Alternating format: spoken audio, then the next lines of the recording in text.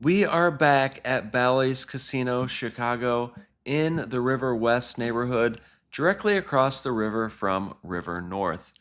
This is the last look at the tower crane as it was coming down.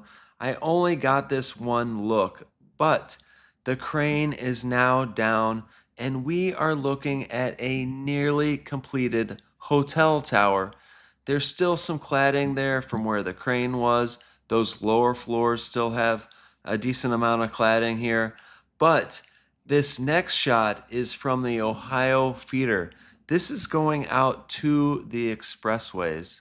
And this is a road that is traveled by thousands of people every single day. So this hotel tower, this casino, this is in such a prominent spot here. So many people driving past this every single day. So that is one thing that I really look at this, and yes, it is such a visible piece of architecture.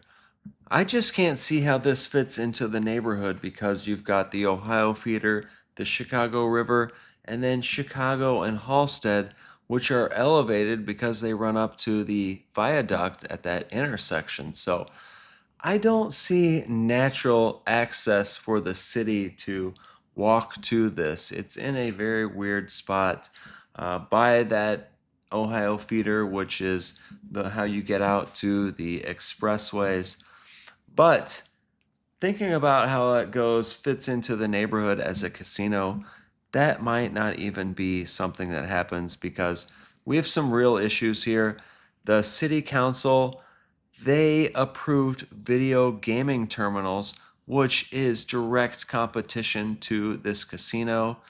And yes, trying to make this with all of the financing that they have this, they have quite a bit of debt looking at this project. And they don't have a temporary casino that is making money. So the whole emphasis of this project was to have a temporary casino that would fuel cash and they wouldn't have all of these financing concerns. But now they just issued a going concern, and that means that they have real financial problems. So I don't know if this is even going to come to completion as a casino because they have slowed down work here. So we have lost a lot of union construction jobs that had this going. And as you see, some of those lower levels, they haven't even they don't even have it fully enclosed. So how are they on schedule for the interior work? There's just so much to look at here, but Mary Lori Lightfoot signed this agreement, and they were going to have exclusive monopoly on these video slot machines, which is competition to the video gaming terminals that they have in bars out in the suburbs. But when Mayor Brandon Johnson was elected, the city council took the power away from the mayor to make this decision, and then they saw a budget shortfall, and they pushed through these video gaming terminals because they don't want to wait for this Bally's casino to come through. They want the tax revenue. Now we have a budget hole, and yes, Chicago, like a lot of other cities, it is a complete mess when you look at budgets, but we need the money, so they did these video gaming terminals.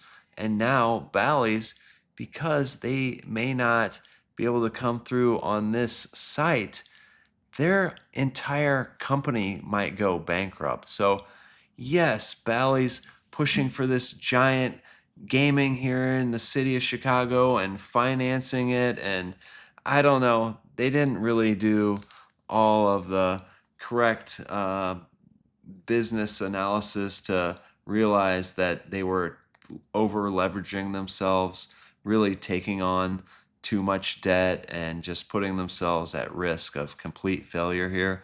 But this is the last look at the city. Of course, I always try to do the drone 360 view towards the end, so you get a spin around and see what's around this. And you can see how this is out here on the edge of the city. This is moving another taller building further away from the city core. But Chicago, look at that skyline.